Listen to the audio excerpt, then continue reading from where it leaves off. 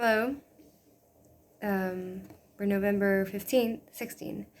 And as you can see, I was wearing mascara, so I took a shower and now it's all under my eye. Anyhow, interesting thing happened. Basically, I put myself on OkCupid. It's like a dating app. And this guy, I swiped right to this guy by accident, I think, and he contacted me. And I looked at his picture, and the first thing that said to me is like, oh, creepy, you know? And then I said, he looks like someone that I've met before. So he asked me for my number, so I gave him my number, and he calls me up first on a private number. So then I didn't answer, because I'm like, I had experience with someone that used to call me on a private number, and they usually he stalked me.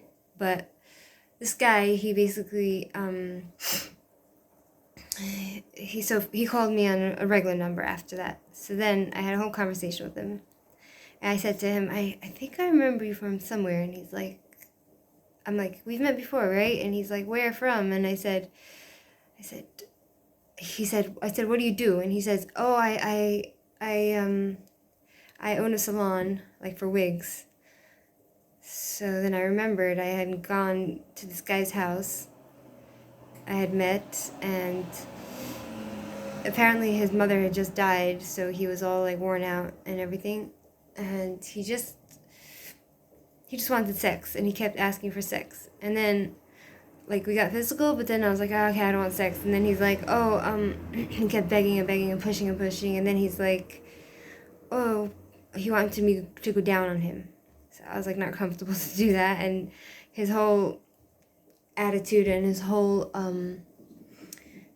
the fact that he was like really tired, and his mother had just died and everything, it just killed the mood, you know. So I was like, okay, I don't want to, you know. And he kept pushing it, and I was like upset after that. So then he drove me home, and then I didn't want to talk to him, right? So he wanted to he called me because he wanted to go out with me again. And I said, no, it's not gonna work. So then I said goodbye.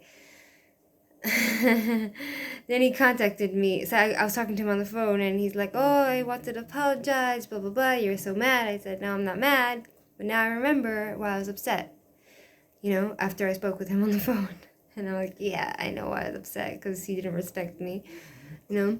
So that was interesting experience. And he's like begging me, you're so beautiful, give me a chance, I want to go out with you, I want to apologize, I want to make it better, I'm a really good guy, blah blah blah blah blah blah, you know. And look, I get that he was going through a hard time, but at the same time I didn't appreciate that he was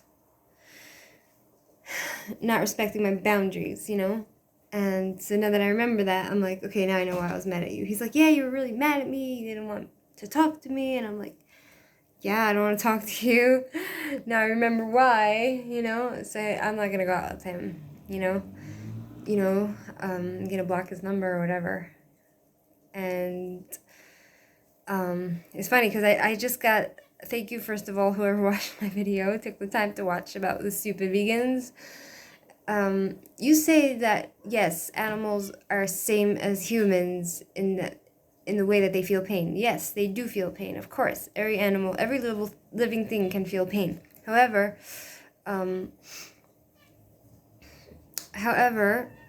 when people, that's the whole thing about animals. When a person's gonna kill it to eat it, they should do it in the most humane way possible, that it doesn't inflict pain on the animal, obviously, you know.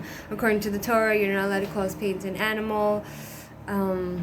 You know, it's just common sense, you know, but that doesn't take away from the fact that we're allowed to eat them. We're allowed to eat them, but in a humane way. As for you telling me that, oh, it's not the cycle of life, yes, it is the cycle of life. We grow, we get big, we all die, right? And the same thing applies to the cycle of life in the way that there's everything's like a circle. You have the top, and it goes down to the bottom, and then to the top again. Like you have the lion that eats the buffalo, and the buffalo eats the grass, and it's like a cycle. It's like a how do you say? It's like when you, it's like, it's a circle, the circle of life, you know? So that's to answer your question about what I think about not inflicting pain on animals. Yes, you're not supposed to. And in the Torah, there's a certain way to slaughter a cow or to slaughter a chicken to not let it feel pain. There's a certain way to do it, you know? But that doesn't mean that you're not allowed to eat animals because it gives them pain. It means that when you kill it, it should be in the most humane way possible. You know, that it should never, not even feel an ounce of pain, just to do it real quick and like cut the artery so it doesn't have the pain of suffering anyway, you know? So that's my view. I like my hair, the way it's falling, you know?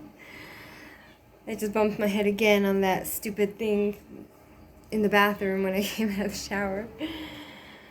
Yeah, I spoke to my sister. It was nice to talk to her. My cats are doing well. They're real needy though.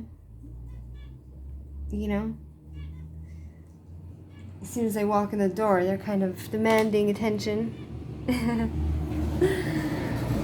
You know, today was an intense day. I went to work and it was just like, I went to therapy and I woke up too early, I went to sleep too late, and it was like a really tiring day. And tomorrow again I have to go to work early because the social worker wants to talk to me about, I don't know what, about the special needs people, what's happening in the home and everything else. Yeah, so I just hope my day tomorrow goes well, God willing. And yeah, sayonara.